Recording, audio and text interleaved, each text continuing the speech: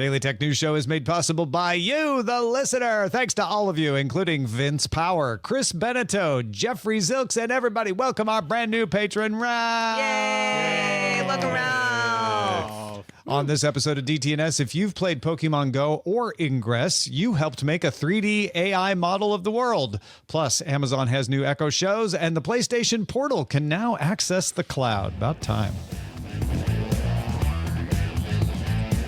This is the Daily Tech News for Wednesday, November 20th, 2024. In Los Angeles, I'm Tom Merritt. From Studio Animal House, I'm Sarah Lane. Here in Salt Lake City, I'm Scott Johnson. Here in my room, I'm the show's producer, Roger Chang.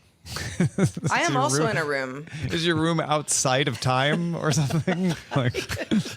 It's its own. It's like the Vatican, right? It's like its own. Yeah, it's its own state. Yeah. If you watch Chang this states. 20 years, this episode 20 years later, it will be out of time. Oh, yeah. All right. Sweet. So I hope everybody enjoyed the experiments yesterday. If you didn't catch them, we had different DTNSs and GDIs. So go check the Patreon for the GDI or YouTube or Twitch. And thanks to everybody who's let us know what they think. Keep the feedback coming. Feedback at dailytechnewsshow.com. Let's start with the quick hits. Google announced it's taking steps to address what it calls parasite SEO, where lower quality websites use tactics to get better search rankings. The Verge gives examples like a news blog that publishes online shopping coupon codes in a hidden part of its website, or an educational site that publishes unrelated affiliate marketing content. Google wants the changes to give higher rankings to genuine content and reduce the visibility of those parasites. 404 Media obtained leaked documents that show that GrayKey, a forensic tool from Grayshift, can give partial access to iPhones, actually full access to the iPhone 11, but partial access to iPhone 12 through the current model, iPhone 16, if it's running iOS 18 or 18.01. It also can give access to some Android models. This tool bypasses security features and encryption, so law enforcement retrieves it, uses it to retrieve data during criminal investigations. It does not appear to be able to access phones running any of the current iOS betas.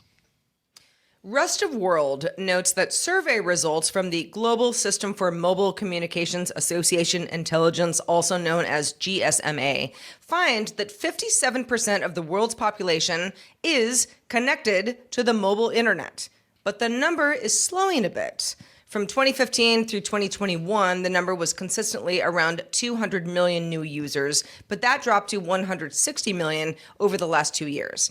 Doesn't seem to be a coverage problem. Only 4% of the global population lives in areas that is not covered by a mobile broadband network. The International Telecommunication Union points out that the cost is likely a factor. Cost of, just having access or having a phone or something like that. While the cost of access is declining overall, data in Africa is more than twice of what that is in the Americas, and the Americas are the second most expensive region.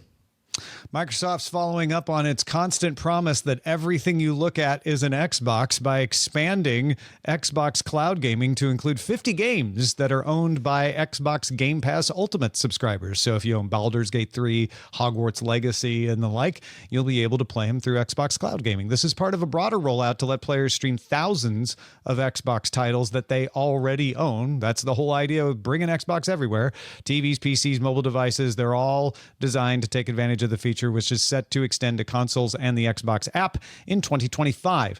Microsoft's delayed Project Lapland is supposed to overcome some of the technical challenges like game updates and save file syncing. The U.S. has awarded Global Foundries $1.5 billion to expand its semiconductor production under the CHIPS and Science Act.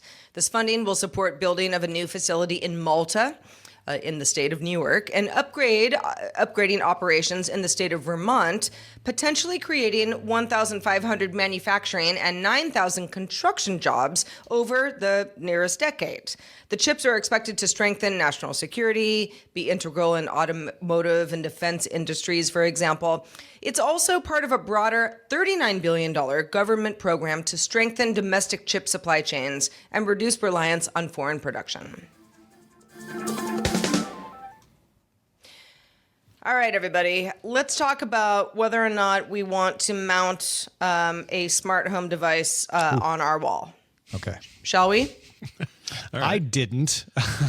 I got the Amazon Echo Show 15 a couple of years back, but I bought the stand. I didn't mount it on the wall. All right. So Amazon introduced the Echo Show 21. $400. It's a smart display with a 21-inch 1080p screen, hence the name Echo Show 21. The company also announced an upgraded Echo Show 15 for $300. The Echo Show 15 debuted back in 2022. So Amazon is, kind of doubling down on that, but also introducing a model that's significantly larger. Both models have improved audio quality, more bass, noise reduction, stuff like that, a better camera, 65% zoom, auto framing, support for Wi-Fi 6E. But what I think Amazon's going for here with the Echo Show 21 is essentially a mounted TV. Not a large TV. I mean, 21 inches, that's a small TV. But if you've got something that works for you, for anybody who has an Echo Show, and I do have one, it's, a little long in the tooth at this point. I think it's the 10. It really does come in handy. I don't have it mounted. It's very small, so it sits in a corner of my kitchen. But Scott, I wanted to ask you, what do you think about the whole thing? Because we've got rumors of Apple coming out with a device much smaller than this. That's the rumor mill anyway. But the idea of having almost like a Google Nest, where it's like you put it in the right place and it does things for you. Yeah, it's so funny to say that 21 inch isn't very big, and I'm immediately brought back to the mid 90s when I was trying to get anything larger than a 19 on my CRTs, and they were so expensive. I mean, it's not big, if you think of it as a television, right? Yeah, as today's standards it is big go. as a display. Yeah. Even as a computer display, it's already kind of not big enough for most people, right? So it is a little bit small, but also this kind of device and the kind of multi-use purpose of it probably needs to be something in the range that it is, about a 20 or 21 inch device. I'm trying to think how I would use it. And unfortunately, I think I would continue to use it the way I already use my old show. I've got one of the old, like, little 4-inch ones. It's pretty ancient, but it still does everything I bought it for, which was me yelling at it, telling it to do things, set off certain lights, that sort of stuff, and it responding and doing that, sometimes playing music, what have you. I've never used it once, given its small form factor, for any kind of video watching. So this would probably get some more of that play. You've never watched it, or you've never used it to watch video? Yeah, it's too small because the thing's like I say, it's maybe 5.5 inch. I don't remember what that model was called. It's old. The 5. Yeah, probably the 5. And because they're doing this all based on measurements, I guess. Yep. But I haven't been in the market to kind of upgrade it in a while, because in terms of use case, I think mine's a little more limited. The kitchen's really literally adjacent to a room with a 4K TV that's right there. So if I'm going to do TV, I'm going to do that way. Yeah. But as a kid, I remember thinking having a TV in the kitchen was the single coolest thing you could do. And so there's a part of my life where this would have been a no-brainer, and I would go for it. Those TVs that used to be mounted under the kitchen cabinets. I was so jealous. Yeah, those were always your friends you thought had all the money in the world. Watch TV in the kitchen? Wow. Yeah. Yeah, we have a wild time. 5, and we barely ever watch video on it. I can't remember the last time we watched video on it. We ended up moving it. We used to have it in the kitchen, but we moved it into the bathroom and shut off the camera. It has a sliding thing to shut off the camera, but we use it for weather and music and stuff like that. The 15 that we have, we use for TV every so often, but it feels like a secondary feature.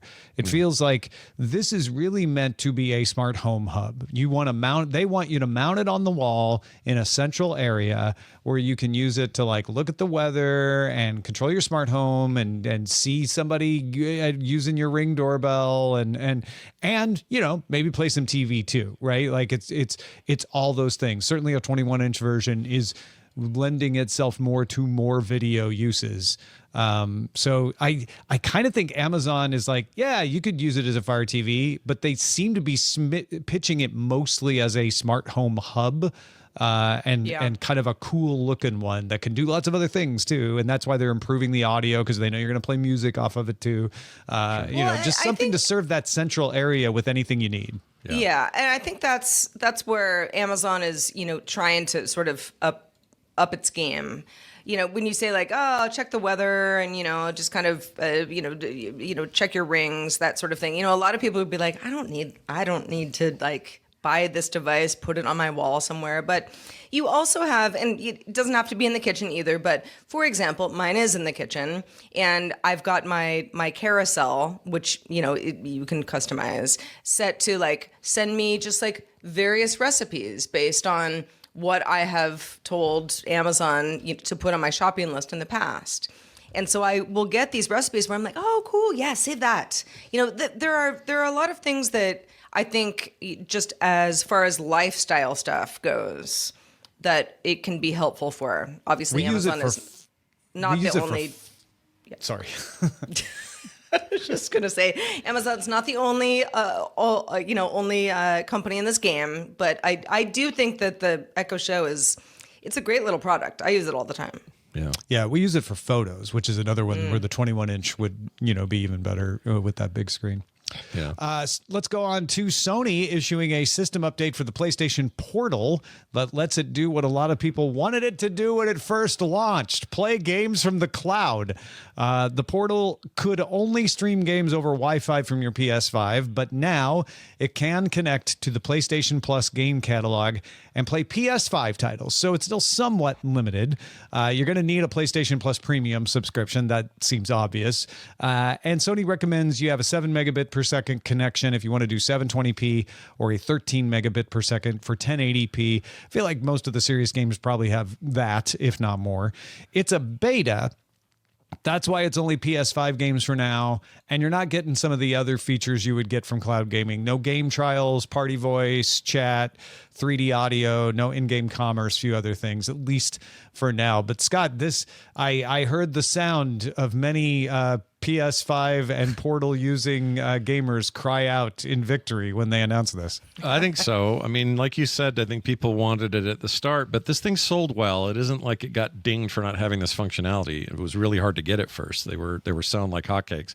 I ended up getting one, basically the second run that they did. And quick props for the device itself. What it was designed for then worked really well, like extremely well, maybe even shockingly well. I didn't expect Wi-Fi performance to be as good as it was for that device. So that bode well, but there was always this feeling of like, this is weird. I'm remote controlling this from a device that's on the other part of the house. And without that device, this thing is a brick. It doesn't do anything for anyone except that one function. And that starts to make you question your purchasing decisions and what's worth what money and that sort of thing. This adds a whole nother level of value to it. I hope and would assume that we can expect the similar performance in terms of latency out of their cloud gaming. They will be using Microsoft's backend, so similar results is what we're hoping for there that we get with Game Pass. And suddenly that device is a lot more lucrative. I think it's totally worth owning one now. Whether or not it will be all the titles everybody wants and the extensiveness of what's available on the platform, that's a big question. But I do think this will help Sony drive more subs, which right now they're lacking in, at least compared to the competition. So all of this is good, even if I believe in my heart of hearts they should have had it at launch. I feel like this increases their revenue per user, right? Yeah. Oh, yeah. It says to existing PlayStation gamers, hey, here's a new way to take the best advantage of the games you love in the PlayStation 5 universe, which is actually what the proposition was at launch. You've got PS5 games, play them on this. Don't go buy a Steam Deck. You can't play your PS5 games on the Steam Deck, not without a lot of hackery. So do it this way. You'll only pay $200. Now they're saying, okay, you can play your own games. What if you want to play your cloud games? Games that you don't actually own but are available in the cloud. Here, we'll make that available too. But it really is also still just appealing to PS5 users. There's nothing wrong with that. It's a good business move. It's going to help them. But when you look at the landscape and you see what Microsoft is doing, what we just talked about in the quick hits about, making Xbox everywhere. And the joke was in Penny Arcade this morning about, looking at a walrus with tusks and being like, that doesn't look like an Xbox to me. Because Microsoft's doing all those ads and like, this is an Xbox. This is an Xbox. Sure. But that plan means everybody can subscribe to the Microsoft service no matter what device they have. This still locks you in this is not expanding the PlayStation universe. And I feel like they also need to do something that does that. And this, I'm not saying this has to do that, but I look at this and it reminds me like, they don't have a portable game solution for people to bring people into the PlayStation universe. Yeah, and there's also just this feeling that it would be nice to have these games native on the device if you had an option to download them. Think of it as like Netflix. I can stream it, but I can also, for this flight, I can pre-download a movie. That kind of functionality is still what we would prefer on devices like this. But when it comes to somebody who knows what they're getting into, I'm getting this to stream video games over the internet and get a pretty good experience out of that. I think this is going to be fine. It is a big, generous display, a beautiful one at that. It's not OLED, but it's good. And if you're really in that Sony ecosystem, which you're absolutely right. They've got 1 foot. They have stepped out kind of hard on this 1 foot and said, look what we're willing to do. But their other foot is firmly placed in PlayStation land. Yeah. And it's hard. They do not want to let go of that. Walled garden. Anyone who's played statement. Twister knows this can be an untenable position if held too long. Absolutely, you can't hold it for that long. But I do think this is a step in the right direction, and it is good for certainly for Sony players. So we'll see what happens when they implement it. I don't know if they gave a timeline, but I assume they'll roll it out.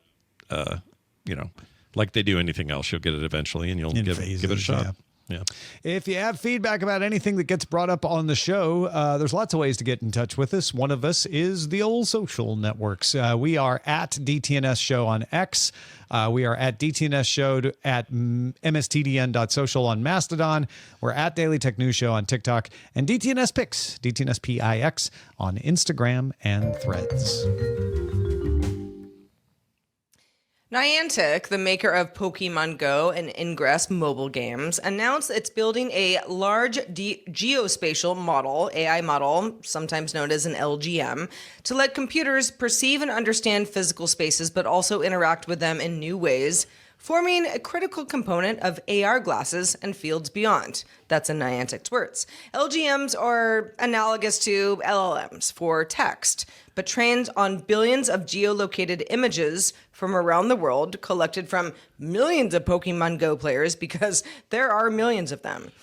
So, Scott, we now have AI perhaps directing the future of games, but along with AI models in general computing, if games are doubling as training data collectors, what does that say about the information we get back, and what do we do with it? It's interesting. We don't know exactly, and they don't either. They're very optimistic about the fact that they now have the data. We have technology in the form of these models to like parse it and use it and compile it and figure out what to do with it. But I'm not sure ultimately they really even know. This feels a little bit, it's funny because I always thought that we would get here with this amount of data through just the sheer fact that everybody's got a device in their pocket now that takes decent photographs. And I thought that somehow would do it. Projects in the past, I remember Microsoft had a project at one time where everybody's photos in a certain place, let's say in France, right around the Eiffel Tower, were being stitched together to make one whole image. And it was like this big whoop at the time. This is exponentially larger than that, but coming from such a weird source. It's not just that everybody's got a camera, it's that they willingly held them up and had an AR experience where a fake little, monkey monster sat out 20 feet from them and they threw a fake ball at it. But you're filming in the park. You've got these trees in this area and this building and this whatever. So you have this geolocation visual data. Well, what do you do with that? And the answer is, well, now that we have these AI models, you start to use it in the models. Ultimately, I don't know what the final use case is. But it does seem interesting, right? It seems like we just don't know yet. It will crop up and somebody one day will go, oh, you know what? All this data that Niantic has, we could probably buy some of that, and that'll fill out what we need for this or this. I think that's how this is going to pan out. It's almost like this is worth doing just because it's worth doing. You have the data. We have the technology. Just go ahead and do it, and then let's see what use cases maybe arise. They seem very excited. I like how Tom put it earlier. They kind of have the get the data, put it in the model, profit, right? But we don't know what. Profit. Yeah, but we don't know what step 3 looks like at all. What was the other step? Yeah. Yeah. What was the step before step 3? And that's a step that's very hard to describe, and they don't even really know how to describe it. But you're going to start seeing this with all sorts of stuff. And you already see it with platforms where Meta and X and everybody else is, either asking you for or brute forcing a way to scan and use your data. And they're not talking about just the stuff you posted today. They're talking about stuff you posted in 2007. And in Niantic's case, they're talking about visual data and geolocation data from 2016, 2015, like old stuff. I mean, I was very into Pokemon Go in 2016. That was, you would know a lot of things about me just based on my usage, at the time. Yeah. Once again, it's another one of those things where some people are going to see this as invasive or go, wait a minute, my house is in a whole bunch of those photos because right out in my street is a Pokestop. So everybody's there all the time and they're always facing my house because apparently the Pokestop faces out and this sort of stuff. Like there are questions. I have a lot of questions about that and how some of that data gets used, not just safely, but with proper permission where needed. Like we're still faced with all the same ethical questions around that we have around a lot of questions around AI, LLMs, art generation, this kind of thing. But in this particular case, it's more about who's going to use it and who they would sell it to, I suppose. So I don't know. I haven't thought too doom and gloom about it yet. I just think the data itself is super interesting. And so my hope is that it can be used for good and not evil. I mean, anything that is based on the actual, map of the world, which something like Pokemon Go is, that I can only imagine that, lots of companies would be clamoring for that information. Well, not only that, but it's funny. It's almost like it's a sandwich effect here, a pylon, because the data that Pokemon Go relies on to have their game work in the first place is geolocation data that 25, 30 years ago wasn't even possible. We're using, mostly Google stuff, but we're using satellite imagery and we're using map data that we never had prior to this. And so we're already... Shout out to the Ingress players who are shouting right now. That's like, right. We were the ones who created that map for Pokemon Go. That's a and really their good data's point. part of this too, actually. That's a really good point because the Ingress data, literally some of the Pokestops and the Ingress stops, whatever their equivalent was, are identical. They didn't change it. At the beginning, for sure. In the beginning, for sure, yeah. In my neighborhood, some of them are still the exact same places. So you have a kind of a complicated thing. It's not like we suddenly have this data out of nothing. We've been building on it for a while, and it's on the shoulders of map data, on the shoulders of satellite imagery, on the shoulders of other technologies. So at the end of it all, what does that mean? Who owns it? What privacy concerns are there? Like, these are all questions that will probably have to be addressed. But of course they're going to do this. And I think this is going to be true of any kind of large data set. Everyone's eyeballing them going, well, what if we plug that into blah and we did model blah, and pretty soon you're doing all kinds of blah, Well, and making money out of it. And then I know a lot of people would be like, well, I want to opt out of this. I mean, if the data is anonymized, then, you still should be able to opt out. That I think that, that's a choice. Some people just say, nope, don't want to be part of the machine. But if you're, nobody's going to be like, well, Niantic said that you live here at this house, Sarah, and so somebody's going to come knocking on your door, asking you for money. It's sort of like, what's the worst case scenario here? But for folks that feel just kind of wary of this in general, I think that this is yet another example of this is going to happen. And companies are going to have to figure out how to explain that to their users and also offer users a way to be like, I don't want to be part of it. Mm-hmm. Yeah. I thought what was interesting about the videos that I saw explaining this is that they're using the multiple views of, say, like a statue in a park, to be able to map parts of the world that you cannot get to with a vehicle. You can't put a Google Map street view thing in there. Right, yeah, it's probably not even practical driving a car into that museum. to send backpackers in or anything, because you're getting thousands of views of this. That to Scott's point about the Eiffel Tower, you can stitch them together and make a very highly accurate 3D model. And what that's going to be useful for is augmented reality. Now, that's the blank step 2 is like, what is augmented reality going to be? But the ability to say we can, with extreme precision, put a virtual object on top of that statue or hanging around its neck or anything is what's going to be valuable about this data. So it's, to me, this is less of a privacy issue than many other situations, because this is all public arena stuff and it's mapping that at a highly precise way. And I think it's worth pointing out they're receiving about 1 million fresh scans each week, because Pokemon Horizons has made Pokemon Go more popular than ever, and people are playing it like crazy. Yeah, and we're not even at the peak of what Pokemon Go was in 2016, 2017. Like, we're still kind of on the lower trend on it, and still that much data is rolling in constantly. So I don't know. If I was Niantic, I would be doing exactly this, but I would also hope I would have a plan to work with the public on what this means and how it works, and be very educational about it and transparent. Hopefully they will. All right, let's check out the mailbag. Let's do it. This one comes from Gary, who wanted to ask his thoughts about our GDI discussion about Microsoft's announced Windows 365 Link PC. Gary writes, in the 70s, I worked for a DEC mainframe at an aerospace company, first submitting Fortran jobs on punch cards, later using a teletype or dumb terminal. In the 80s, PCs, then Macs, took over, but we still had a Unix server that we communicated on with dumb terminals or terminal emulators over an X.25 network. Then I worked at a different company that only used X-terms when I was hired in 1995. Within 5 years, we were all working on Windows PCs, and the X-terms were history. Gary says maybe this time centralized servers with dumb-ish terminals will take off, but I doubt it. That's what everybody says, like, until it works, right? And I'm not saying this is the time it works, but all that history goes out the window when, Apple makes the iPad or whatever the thing is that bucks the trend. So we'll see. Maybe the Link is going to be that. Maybe it's not.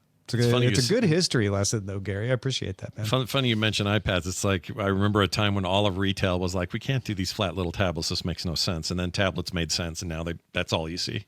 So we just have to hit whatever that is. Well, thanks to everybody who sends us feedback. Keep it coming. Feedback at dailytechnewsshow.com. And thanks to you, Scott Johnson. I was about to say whether you're a tablet guy or not, but I know you are. Where can people find what you're up to lately? Well, the best place to go today ended up having some really interesting stuff around gaming, and I am big on that. I love the gaming industry, and I have a show on Thursdays called Core.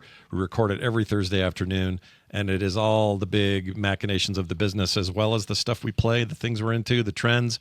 We got a lot of stuff coming up, including Game Awards and other things to talk about. So if you are interested in any of that at all, check out the Core podcast, which you can find at frogpants.com/core. Excellent. For everybody who watches our live stream, you get a fun treat because Eileen Rivera and I are recording Apple Vision Show today, November 20th, live, but we'll also have it for you as a podcast. If you haven't checked us out yet, we talk about if Apple's vision matches what we want as users. And boy, do I have a story about my Mac Mini. You do not want to miss this one. And I'm saving it for the show. I will not talk about it anywhere else but that show. Get subscribed now at applevisionshow.com. Nice. Patrons, stick around for the extended show. Good Day Internet, Casio, and Timex have been making watches you can wear on your finger. Yes, I said finger. You can catch our show live Monday through Friday at 4 p.m. Eastern. That is 2100 UTC, and you can find out more at dailytechnewsshow.com/live. We're back doing it all again tomorrow with Justin Robert Young joining us. Hope to see you then.